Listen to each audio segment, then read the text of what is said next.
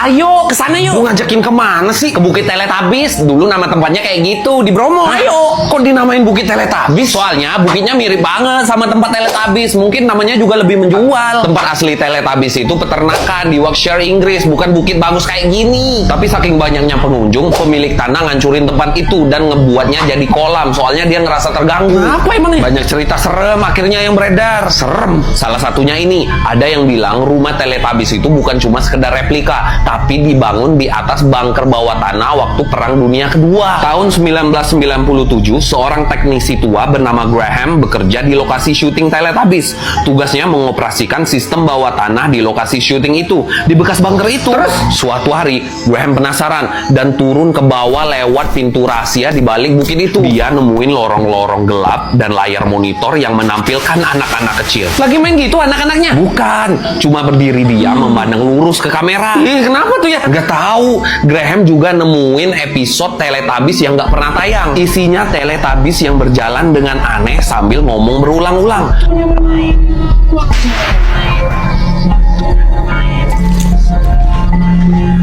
Tiba-tiba layarnya gangguan gitu. Terus muncul muka bayi matahari tapi nggak kayak biasanya.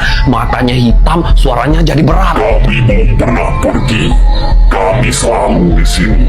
Temani kami. Habis itu, Graham ngerasain dinding bunker itu bergetar. Dia juga dengar suara ketukan dari dalam bunker. Kayak ada orang yang nyoba keluar dari dinding gitu. Sejak hari itu, Graham berhenti datang ke lokasi syuting. Dia bilang ke orang-orang kalau bukit itu bernafas dan menghisap waktu. Tahun 2001, ia menghilang. Yang tersisa cuma catatan dan peta dengan lingkaran merah besar yang bertuliskan matahari di sini tak pernah terbenam. Karena waktu di dalam tidak pernah berjalan. Serem amat ceritanya. Untung sekarang namanya udah diganti. Jadi Lembah Watangan namanya. Emang lebih baik namanya diganti sih. Ya udah, yuk. Yuk.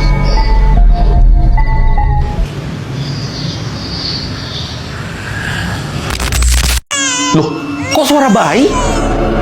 Suaranya berhenti. Gawat nih, gawat kenapa? Jangan-jangan lagi ada penanggal. Penanggalan apaan? Itu hantu wanita di Malaysia. Siang dia itu wanita biasa, tapi kalau malam dia kelayapan gitu. Serius, banyak cerita horor tentang penanggal di sini. Di sebuah kampung tua di pinggir hutan, tinggal seorang bidan tua bernama Mak Sena. Dia sudah membantu persalinan puluhan tahun lamanya. Tapi belakangan ini, banyak bayi lahir tanpa tangisan. Dan keesokan harinya, malam itu, Mak Sena dipanggil ke rumah seorang ibu muda yang akan melahirkan. Tapi saat ia tiba, kampung terasa sunyi sekali. Ketika ia masuk ke rumah, ia merasa hawa dingin menusuk tulang. Bayi lahir dengan selamat, tapi tiba-tiba terdengar bunyi sesuatu terbang di atas atap rumah itu, seperti kain basah yang diseret. Mak Sena langsung sadar, penanggal datang. Ia menyuruh keluarga itu menaburkan daun mengkudu dan bawang putih di jendela. Tapi satu jendela tertinggal terbuka. Dan dari celah itu muncul kepala wanita dengan mata membelalak, gigi taring menganga, dan isi perutnya menjuntai-juntai. Bayi dalam ayunan langsung menangis keras. Lalu diam. Mak Sena sempat membaca ayat suci, tapi tubuhnya mendadak kaku seperti dipaku ke lantai. Ia hanya bisa melihat penanggal itu menjulurkan lidah panjangnya, menjilat pipi bayi, lalu melayang pergi dalam kabut malam. Keesokan paginya, bayi itu sudah tiada, dan Mak Sena menghilang tanpa jejak. Di langit-langit rumah itu, hanya tersisa tetesan darah dan bekas jantung kecil yang seakan pernah berdenyut di sana. Serem banget. Untung cuma cerita. Tapi di Indonesia juga ada hantu yang kayak gini. Namanya Kuyang. Di Thailand juga ada, namanya Kerasu. Kalau ini cuma cerita, nggak mungkin di negara lain juga ada. Apa mungkin beneran ya? Beli balut yuk. Balut? Embrio ayam yang direbus itu? Emang lu suka? Ya nggak tahu sih, gue belum cicip. Tapi masa gue jauh-jauh dari Indonesia tapi nggak cicip balut di Filipina, ya kan? Ayo jajan. Ada sih yang jual di sudut sana, tapi nggak. Tempatnya gelap, sepi. Pokoknya agak serem gitu. Lagian kemarin di sana baru ada yang lihat aswang katanya gitu. Besok aja. Aswang? Siapa? Yang jual balut? Kenal lu orangnya? Bukan, makhluk jadi-jadian gitu.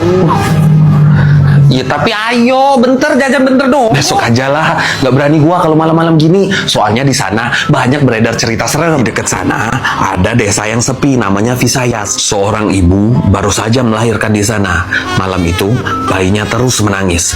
Suaminya keluar mencari air. Jadi si ibu sendirian di kamar menggendong bayinya. Tiba-tiba tap tap tap suara basah di jendela kayu. Saat dilihat ada lidah panjang menjulur masuk dari celah jendela. Ujungnya runcing, bergerak liar, menjilat-jilat udara, mencari darah bayi katanya gitu. Ibu itu mau menjerit, tapi entah kenapa suaranya tidak keluar. Bayinya berhenti menangis, terdiam, matanya terbuka lebar dan menunjuk ke arah jendela. Perlahan, ia melihat sosok perempuan tanpa tubuh bagian bawah mengambang di udara dengan sayap kelelawar dan mata putih melotot. Darah menetes dari mulutnya.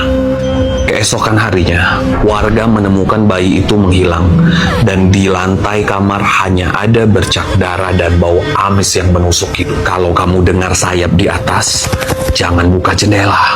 Aswang belum kenyang. Kok kayak kuyang ya? Kayaknya sih. Wah, suara apa nih? Aswang nih, jangan-jangan. Pilih 100.000 atau kali 2 untuk orang lain. Kali 2 untuk orang lain. 200.000 atau kali 2 untuk orang lain. Kali 2. 400.000 atau kali 2. Kali 2 dong. 800.000 atau kali 2 untuk orang lain. Pastinya kali 2 untuk orang lain. 1.600.000 atau kali 2 untuk orang lain. Kali 2. Yakin Pak, ini 1.600.000 loh. Ini sih duit jajan anak saya tiap hari. 3.200.000 atau kali 2 untuk orang lain. Saya ulangi lagi. 3 juta. Kali 2. Kali 2. Kali 2. Kali 2. Kali 2. Ambil 51.200.000 atau kali 2 untuk orang lain, tapi saya ngutang terus miskin gak bisa bayar, gimana nih? Wah, kesian. Apa berhentiin aja ya? Tapi nggak seru lagi. Berhenti aja, gak apa-apa Pak. Kali 2. Kali 2 buat orang lain. Oh, pikirin baik-baik nih ya. Duit 204.800.000 ini lu ambil, bisa naik haji, bisa umroh, bisa ke Jepang, bisa poya-poya nih ya. Atau kali 2. Kali 2. Allah Akbar. Ini ya Pak ya. Saya udah capek nih. Dengerin ya. Ini saya mau ngasih duit nih. Ngasih duit. Ingat, ngasih duit 409.600.000 nih. Dengar ya, Luxembourg itu negara dengan pendapatan per kapita paling tinggi di dunia. Per tahunnya, masyarakat di sini rata-rata punya penghasilan 2,5 miliar rupiah per tahunnya. Kamu ini mau nantangin apa gimana sih? Atau kali 2. Kali 2. Baik, Bapak ingin mengajukan pinjaman ke Ada Kita ya. Butuh duit berapa, Pak? 819.200.000. Kali 2. Saya mau resign Pak, jadi ini mau ke ruang pimpinan untuk nyerahin surat pengunduran diri saya. Ternyata saya nggak kuat Pak. Saya banyak banget ngabisin waktu di sini, tenaga di sini, tapi dibayar cuma ratusan ribu. Kayak gitu rasanya tuh. Loh, kan Bapak tahu sendiri tujuan utama kita ngajar di sini Pak, ya nyari berkahnya. Gawat dong kalau hidup cuma ngejar dunia kayak gini. Cuma ngejar dunia.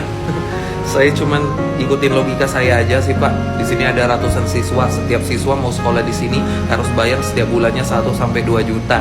Jadi berapa banyak yang masuk ke kas sekolah kita Pak? Dan kita pengajar di sini cuma dibayar ratusan ribu. Rasanya logika saya agak menolak itu Pak. Apalagi lihat pimpinan kita jalan-jalan keluar negeri, liburan keluar kota, makan enak, anak-anaknya sekolah di sini gratis. Jadi saya ngerasa kayak dimanfaatin aja Pak di sini. Oh, jadi Bapak nuduh pimpinan sekolah ini makan hak-hak kita gitu? Atau jangan-jangan Bapak iri? Pikirin juga Pak, dana operasional sekolah kita ini per bulannya berapa? Baru bisa ngomong gitu. Jangan bikin fitnah kayak gitu dong Pak. Justru ya, kalau Bapak mikir, kita tuh harusnya termotivasi gitu untuk bisa jadi seperti mereka. Di sini kita punya kesempatan besar Pak untuk menyebarkan kebaikan dengan ilmu yang kita punya. Pak, saya juga mau Pak nabung untuk nikah, punya keluarga dan saya nafkahi mereka dengan layak. Tapi kalau saya terus di sini mana bisa sampai ke tujuan itu Pak? Lah, buktinya saya udah menikah, cukup-cukup aja tuh gaji segitu untuk ngidupin keluarga saya. Iya, itu menurut Bapak. Mikirnya jangan keliru Pak, ngejar dunia ini gak akan ada habisnya. Mending kejar dulu akhirat, baru dunia mengikuti nantinya. Saya juga tahu Pak akhirat, tapi membahagiakan keluarga saya di dunia ini juga kewajiban saya Pak, tanggung jawab saya. Permisi Pak.